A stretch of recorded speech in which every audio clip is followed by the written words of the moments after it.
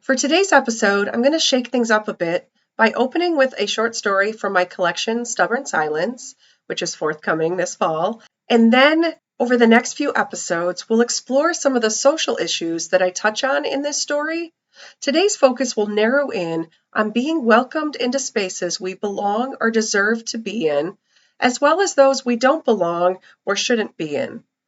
If you've been struggling with feeling excluded, rejected, or not fully accepted at tables you've earned a seat at, this episode is for you. I know how defeating it feels to crave meaningful connection and opportunities to be welcomed into the fold, and I'm grateful to share my experiences with you and hope you're inspired and encouraged after this episode. In today's segment, you'll hear the story, Held Together by a Safety Pin. You'll get insights into when to pursue a seat at tables you've earned a spot at and how to recognize what spaces that aren't right for you. And you'll gain some strategies to apply to your own quest to be welcomed and included. And if you enjoy this show and this episode, consider sharing it with a friend and leaving a 5-star written Apple review. Your kind words and love really do help other listeners find the show. Find a link in the show notes below. Do you crave better self-esteem and confidence but feel stuck in a fog of uncertainty? If you're ready to get clear on your future and plan for personal success, this show is for you. I'm Jennifer DeBellis, award-winning author, speaker, and life coach. I show women like you how to cut themselves free from worry and self-doubt to confidently fulfill their greatest desires. Ready to restore your inner warrior? Then turn off those distractions and tune in to this next episode. So as I mentioned, I'm going to open up by sharing my short story, Held Together by a Safety Pin. This is kind of like a broken narrative. So in the coming week, I'm also going to put it up on my blog, and I'll put a link to that in the show notes as well. So if you want to come back, you'll be able to see how this inhabits the page. And then that will maybe give you a little bit more context into some of the themes also. But I want to mention up front how this story explores several social issues that we're going to break down in the next few episodes. And for today, like I mentioned, we'll narrow in on being welcomed into spaces that we belong or deserve to be, or that we don't belong or deserve to be. I know that's kind of like abstract, but it'll make more sense as the segment goes on. And if you like this story, stay tuned in coming episodes for details on this forthcoming short story and poetry collection release. So this is Held Together by a Safety Pin, a broken story. I don't leave the house often anymore. It's become a chore to be around other people. Sure, I leave for work and groceries, but it's hard to talk myself into leaving for anything else. Marty, my boyfriend and roommate of 10 years, says there's an old lady trapped inside me. Check that old bag into a nursing home, he tells me when I say I don't feel like going out. The problem with Marty is he's a lousy listener. It's hard for people to irritate you when you're the one who does all the talking. When I talk to most people, I see through them. Really, right through them, like one sees through a window and looks at a landscape that appears better from this distance. No, really, shake your head, but it's true. Plus, no one listens anymore, and that's part of the problem. Sometimes I say outlandish things after a while just to rouse a fake listener back to our conversation. Want to know what's wrong with our culture? Look how people are drawn to the absurd, like bugs to a burning light bulb. Light on, light off. Simple as that. A few weekends ago, Marty and I were at a friend's party. In a room full of people I knew, I was alone. Mike's wife, Mary, was the first to greet me. She asked what I'd been up to. Grateful for the interest, I began to tell her, I'm serving at this new high-end place. But 3 words in, and her eyes danced over my shoulder, assessing the newcomers. I repeated that same sentence twice without her notice.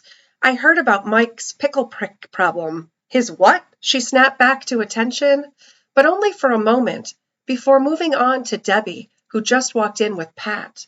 Pat, who used to prefer Patty, and Debbie are a couple now. Pat nodded as I spoke, adding, in between every third or fourth word I said. She wasn't listening. Rather, she bit her time between her own responses. It's hard to think straight amid the ahas. Pat's expression was blank until her phone vibrated in her pocket. As she read the message, perhaps a text or the latest Facebook update, Her face livened and her eyes ignited. She smiled as she clicked her keypad and returned the phone to her pocket. She and her distant expression resumed their position next to me. I remember when I used to be the recipient of Pat's smile. When finger food was set out, I saw my escape. "I'm sorry," I said. "I haven't eaten yet today." I'd already scanned the room for the perfect hiding place. I slid into an isolated chair near the corner, set up as an afterthought or mercy offering. I'm not sure. But it was the perfect spot. Here, voices were nothing more than the hum and buzz trapped in a wall. I guess my point in sharing this is, why speak at all if no one wants to listen to what we really want to say? I listen well and often see through what people say. Yes, right through their words. I filter what they say to uncover what they are not saying, like a sifter separating mites from flour. Most people don't want me or others to know the things they withhold. No, really. Shake your head, but you know I really know what you're thinking. Just like I know what they're thinking when they fidget and blush while I recap what they've just said by highlighting what they haven't mentioned. It's actually fun. You should try it if you haven't already. Usually it brings the conversation to a crossroad. Since most people like to talk about themselves, my assessments bring us to a fork. Veer to the left, and the person labors to defend or deny the things I've guessed. Reminds me of reading a story told by an unreliable narrator. We all know where this story is headed, and it's not good.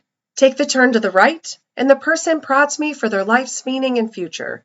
The problems with the latter are twofold. One, I'm not God. I'm simply able to add. Two, they're not my circus nor my clowns to manage. No omniscience, no magic tricks. Simple as that. Guess what I'm getting at is why seek to understand if what people really want is to appear as they've portrayed themselves. Look at social media. Where have all the real people gone? Allow me to back up for a moment. When I say real people, I mean just that. Real people going about their business without socially constructed filters or censors. Take the ladies at our friend's party. A group of women sat 2 tables away from me. They leaned toward one another, creating a sort of shield that protected their conversation while it kept others out. I escaped their notice until Laura's husband, Bob, Laura being the wife who's just friends with her trainer, stopped to ask if I'd been placed in the corner for bad behavior. I laughed, though it's hardly funny. Laura and her colony took notice of us when Bob and I walked to the bar for another drink. "How are the boys?" I asked. I wasn't clear why I shouldn't be talking to Bob, but there was Laura squeezed between us before he could reply. "They're great," she said. "We just got back from Italy for our 12th year. Of course I knew about the trip. All of Facebook, Twitter, and Instagram knew about it. Bob rolled his eyes when she flashed her new ring in my face. "Look what Bob got me." "You mean," he chuckled, "you got yourself from me." Laura spun around so she and Bob were nose to nose. She gave him a knowing look before pecking his pursed lips. "A happy wife is a happy life." I can't recall what else she said before buzzing away, as my mind had already retreated to a safer place, that corner at the back of the room. Someone recently thanked me for being a good sport when the old men in their group flirted with me as I served them, flirted with me in ways that are considered sexual harassment these days. They were being real, at least. I get it. The long hair, the longer legs. I remind them of the calendar pinups still hanging in their garages, still flipped to 1976, or the centerfolds in nudie magazines still piled beneath their bathroom sinks. Go ahead. Look me up and down until I'm no longer me. But the gals who've haunted your fantasies for decades, sure, I'll spin for you real slow. Of course, I'll walk by one more time for your tired old man eyes. Just remember to tip me well. Who can blame the old men, really? They've spent a lifetime responding to women the way they were conditioned to do their whole life. Anyone who's ever tried knows you cannot retrain a trained man. Go ahead, roll your eyes. Say you've tried and succeeded. Saying it doesn't make it real. What fascinates, no, irritates me, is the way people slut-shame women like it's their birthright or social duty. No, really. Slut-shaming is a real thing. It's not just some made-up feminist cause. Don't take my word. Take people's reactions to what women wear. I like fun tights. Many women do. I wear them for fashion, for comfort, for warmth and pizzazz during the dullest season. When tights with cutout patterns hit the shelves last season, I bought them in every color. With fun in mind. I bought them with fun in mind. Damn, those are hot, Marty says whenever he sees me sporting a pair. Who could think straight with you in front of him dressed in those? What else can I do but shake my head? Marty's seen me naked, seen me pull them on after a shower, off after a long shift. Great, now you've just imagined me doing that too. Mom says things like, you look like a slut in those, or no wonder the best you can do is a tatted up, battered down mess like Marty. No surprise there. Mom just likes to keep it real, tell it like it is, after all. As well as I know people, though, I wasn't prepared for the reaction I got from strangers when I wore the tights. Not from men, and especially not from women. Last night, I wore my favorite black tights to work, the ones with the harlequin cutout pattern. One couple I waited on was newlyweds. 6 months today, the beaming wife offered. This is a great space, the husband said, taking in the recycled pallet wood walls, exposed old barn beams, and barn wood bar. My students would love this place. I'm a woodshop teacher, he added for context. I'm a teacher too. One without a classroom right now, I said, working here to support my writing habit. He gave me a quick up and down look, lingering on the tights. Really? He cut off mid-sentence. He didn't know I knew why he stopped talking.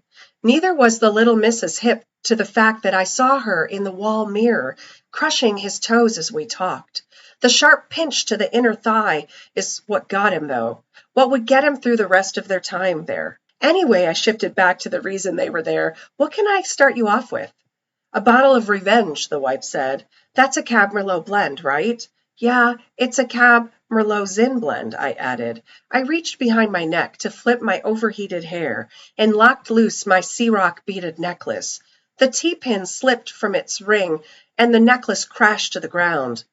If you thought the husband was under pressure looking at my tights, imagine the sweat beads that formed on his receding hairline when they watched me bend over and collect my necklace and freshly broken beads. When I looked up, her eyes were fixed on mine, his on hers.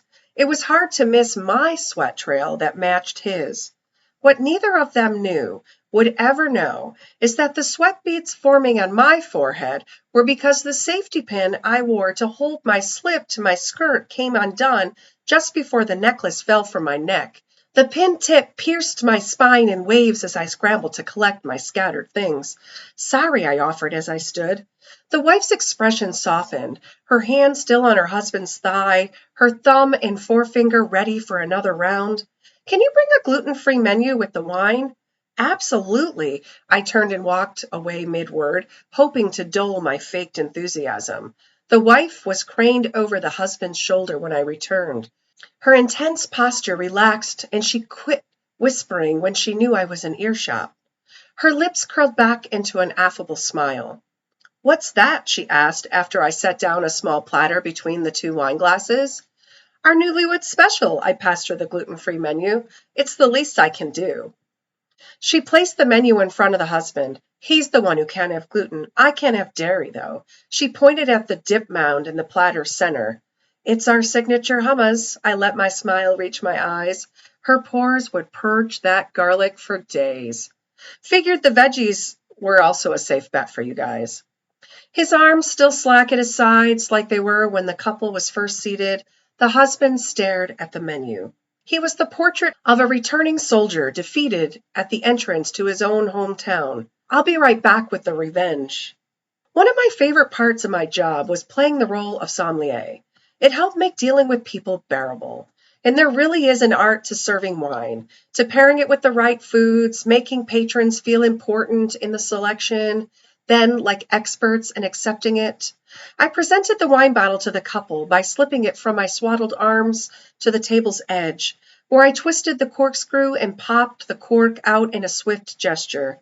The husband's eyes were on my hands, the wife's on my face, her hand gripped tight to his thigh. Between my view and the mirrors, the whole triangle of events was amusing to watch. When I lifted the husband's glass, he reached for my wrist. Allow, he took in a sharp breath, the lady to have the first taste. Her right hand still occupied, she accepted the glass with her free hand, gave it a swirl, and downed it. Knowing my tip was a wash, I decided to play teacher, have some fun.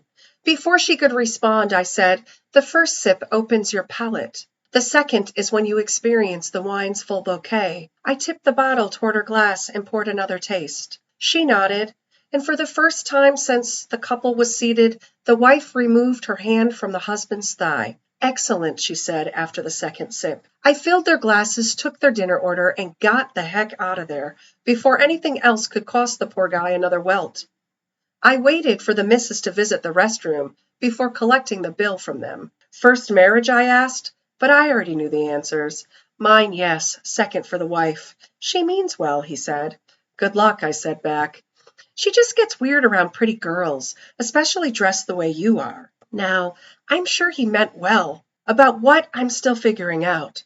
If, between my white blouse buttoned to my chin, my flowy skirt that stopped below the knee, and my boots laced to mid-calf, 4 inches of skin blossoming through geometric cutouts was too scandalous, then we're all doomed.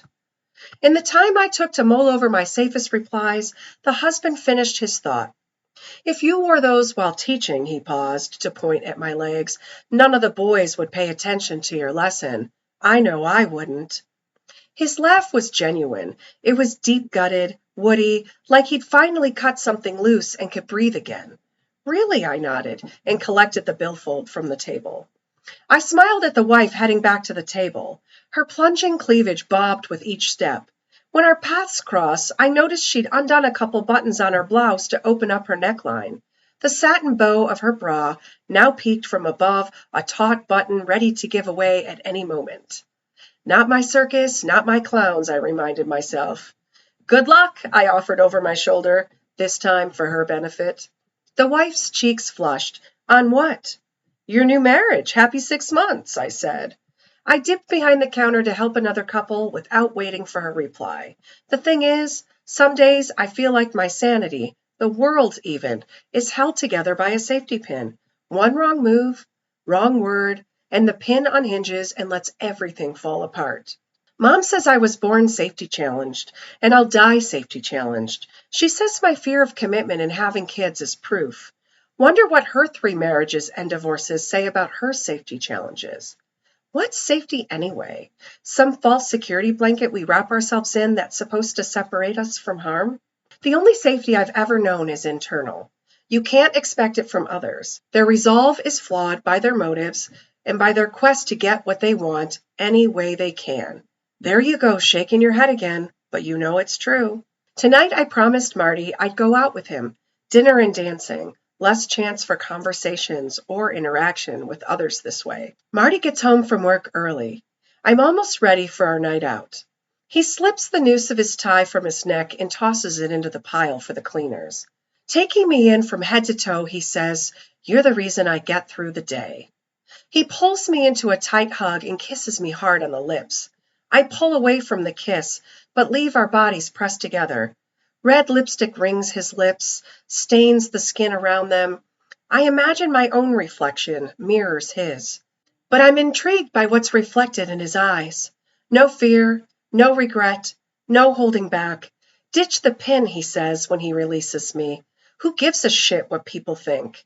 Though it took me forever to hide the bar of the pin that holds together the crossover panel of my wraparound dress and narrows my neckline, I unfasten the clasp and slip the pin free. So I want to narrow in today on this concept that not all tables deserve for us to be seated at them. I know we can spend a lot of time thinking about how we deserve a spot at this table, we've earned a spot at that table, and darn it, people better welcome us to this table. But sometimes there are some spaces that just aren't safe places for us to thrive. They may not even be literally safe spaces for us to coexist either. I learned this lesson a few years ago when I finally, after years of waiting, got invited to a party that I usually got excluded from hanging around this particular group of individuals. And I just remember struggling to kind of like find spaces to kind of like organically and fluidly fit into and stuff. I found myself mostly just asking people questions and listening. for their responses, trying to take an interest in other people. And what I noticed right away is that there were very few people in this space that really wanted to know anything about what was going on in my life. And so I finally found myself just grabbing a cocktail, grabbing some snacks, and just kind of like sitting close to the fire where everybody was sitting and kind of talking and hanging out. And the amount of just nonsensical babble and vulgarity that was happening and bantering and just the really distasteful jokes that were very personal to other people who were in attendance, some sitting right there as significant others. And I just found myself just kind of like recoiling, like, oh God, these are not my people. And it was kind of one of those moments where it's like, God, I had FOMO for so long, and here I am. And these are not the kind of people that I would fight to spend time with. It almost like God was protecting me all of this time from being in the company of these individuals who just don't share my same values or my same humor or don't have the same interests. Now, fast forward, I've kind of been meditating on this topic again, and I had a recent refresher course on protecting my safety from tables that I don't belong at. And I was recently at a festival, and it was very interesting, how like the universe is.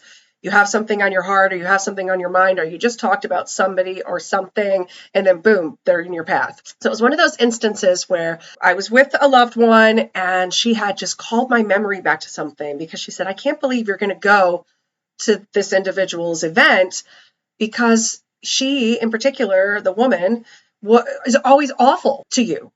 She says despicable things behind your back, and she reminded me of something, and one of the things that she had said, and this is like getting back to me like third and fourth hand at this point, was that she sees my podcast or she sees my shorts and they make her cringe. And a lot of the other things that she says about me are always really cutting things.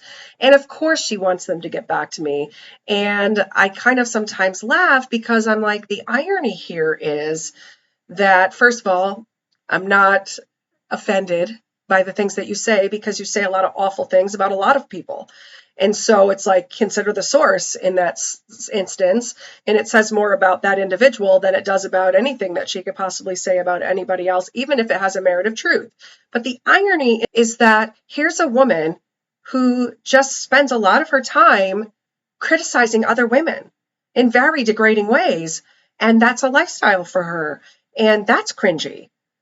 Like, to me. So the irony is, like, she says that she cringes every time she sees me, which is kind of unfortunate that every time you see someone who's supposed to be a friend in your community, it makes you cringe. And here's this woman who's just trying to live her best life and just trying to offer other people who are my people something inspiring and some type of encouragement and ways to transform their lives and, develop their personal growth journey. And that's cringeworthy. But what's cringeworthy is other people cutting other people down all the time. So anyhow, I was thinking about all that stuff in that, that split second moment where you meditate on things. And then boom, I turn around and literally she and half of her family are sitting at a table.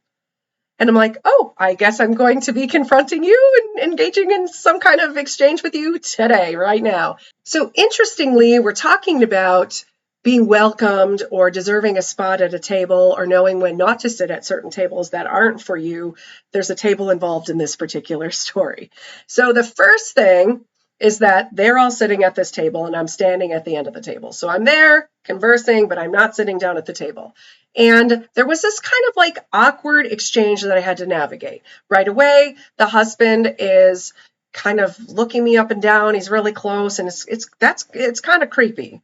And I'm trying to block it out because it's almost like I have spent my entire life trying to get used to and trying to put the horse blinders on when men are looking at me in very unfavorable ways. And it's because I, like many women, have had to do that. We've had to get good at, making a decision. I'm going to say, stop looking at me like that, or I'm going to block it out, get through the exchange I need to get through, and get the heck out of there as fast as I can. And so I usually do the latter because, again, I'm trying to keep the peace in a certain situation because, when you're dealing with people in your community that you're not going to entirely cut off, there are things that you have to navigate and maybe tolerate that you maybe wouldn't tolerate in other situations. So I found myself in that regard the whole time. And then she starts cutting cutting into me right away.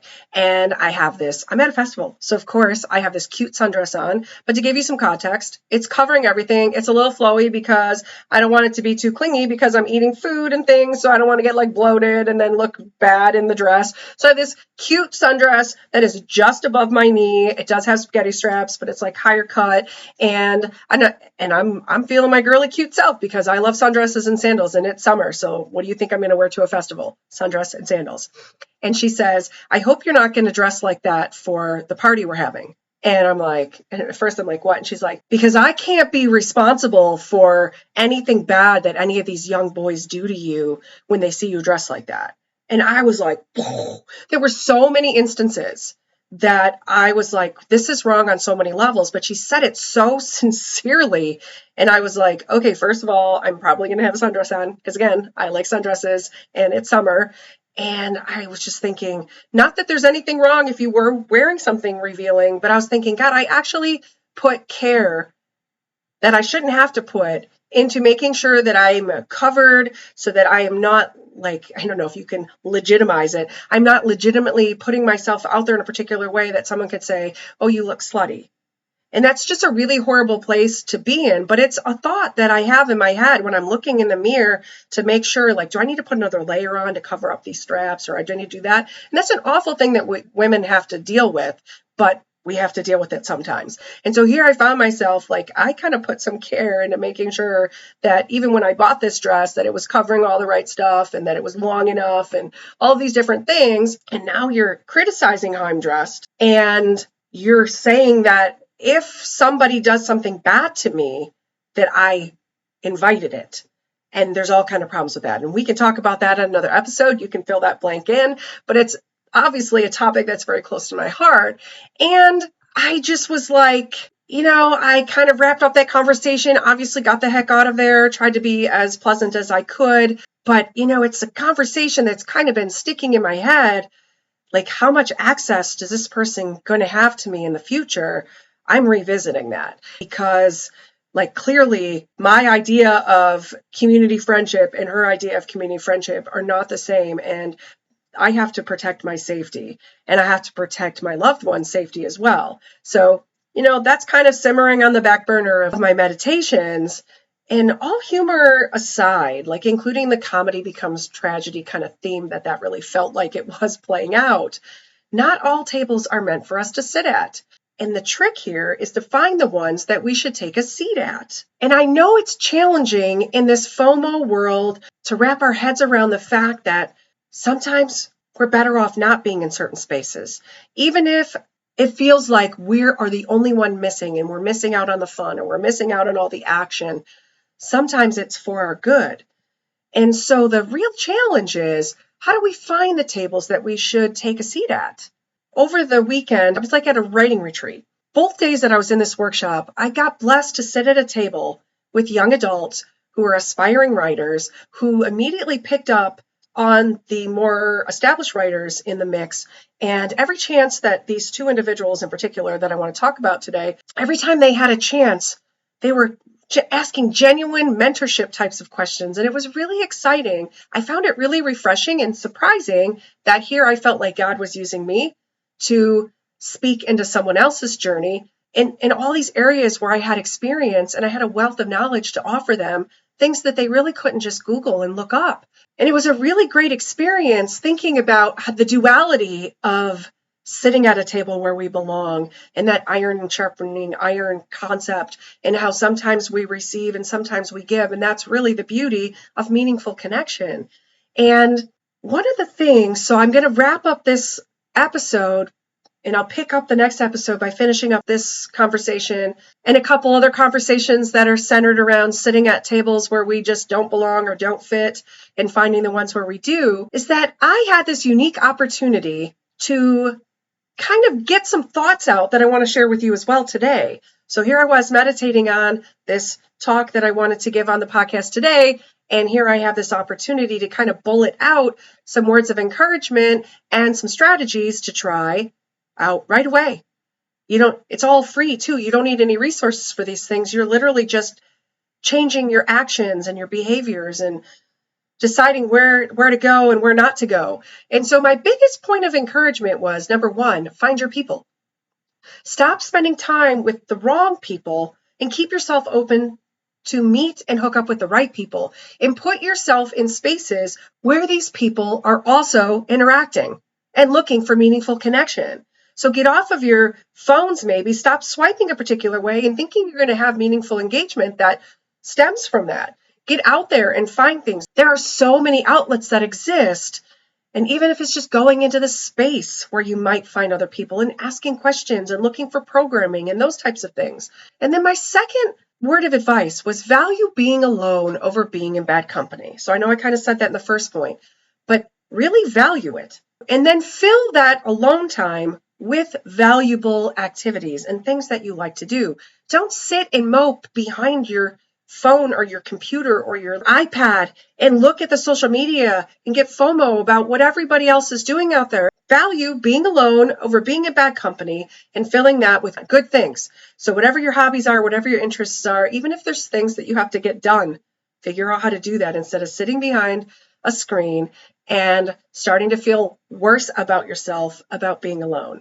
And then the third thing is create opportunities when they don't seem to exist.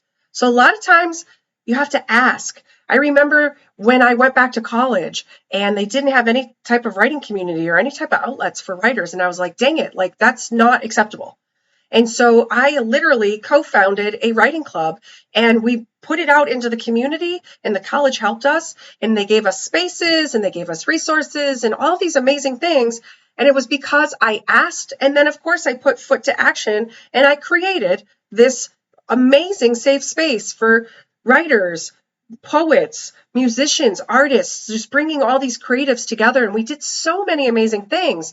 I just think about like it didn't exist. I had to create it. There are, internships that I invented. I went up to people and said, I would love to learn some things from you. Would you consider doing a 3-month internship with me? And then the fourth thing was decline those spaces and invitations that devalue you or make you feel unsafe or unwelcome. You literally have to be willing to say no, or if you find yourself in the middle of something, willing to get yourself out of there. It's okay to get yourself the heck out of a space that is not safe for you or is not a place where you're going to thrive or it's going to bring out the worst in you. It isn't what you thought it was going to be. No one's making you stay until the end of the event. And if they do, find a way to skirt out of there. You can invent a way. And I want to come back to this short-term internship thing because I mentioned it to the young lady I was talking to on the second day of the workshop. And she was like, oh, that's a good idea. But we had just been talking about not giving away our work for free, knowing our value. And I said to her, I want to emphasize here that when you set up an internship, it should be a very short-term thing. Like a typical internship is 3 months. So you're trying to set yourself up to offer yourself for free for very short term. And then the benefit is you have this knowledge that you accumulate, plus you have something for your resume, plus you're developing a reference that you can draw on when you're trying to get into grad school, when you're trying to get another job. You have this person that becomes a reference that can speak well on your behalf. And so, I said, I just want to emphasize that because I have a lot of experience with volunteering, and it does not typically lead to better exposure and paid opportunities. That's a lie that people say to try to get you to buy into the idea of working for them for free. So again, there's a time and a place for making that decision. Is it something that you should really look into? And I'm going to stop right here because over the next 2 episodes, I will break down the feeling like you're alone in a place surrounded with people that you know. And I'll also go more into this pay-to-play kind of scam scheme that's hitting a lot of different business platforms. And so we'll talk about those 2 in depth and about, those seats that you deserve to have a valuable space, a respected space at a table versus those that you maybe shouldn't even consider trying to sit at because they don't value you, they don't respect you, and it's not going to lead you to anything valuable in the long run. So we'll come back to that. Until I speak to you again next episode, I really hope that you're inspired by what I shared with you today, and also that you continue to think about, are there areas in your life that maybe you're entering spaces or sitting at tables or trying to sit at tables that maybe aren't fit for you or that you don't belong, or maybe is it time for you to step up and take a seat at a table where you do belong? So until we see each other again, may your week be richly blessed and may you continue to grow personally. I believe in you and I can't wait to see you blossom on your journey. Well, girl, I hope you enjoyed today's episode. If so, consider following my channel and sharing this with friends who also want to restore their self-worth and confidence. And if you're ready to get clear on your future and plan for your personal success, consider booking a one-on-one coaching call with me. Find more at restoreyourInnerWarrior.org/0 to clear. A link for this is in the show notes below. And as you go through your week, may your empowered spirit, mind, and heart guide you. Catch new episodes every Tuesday. Ciao.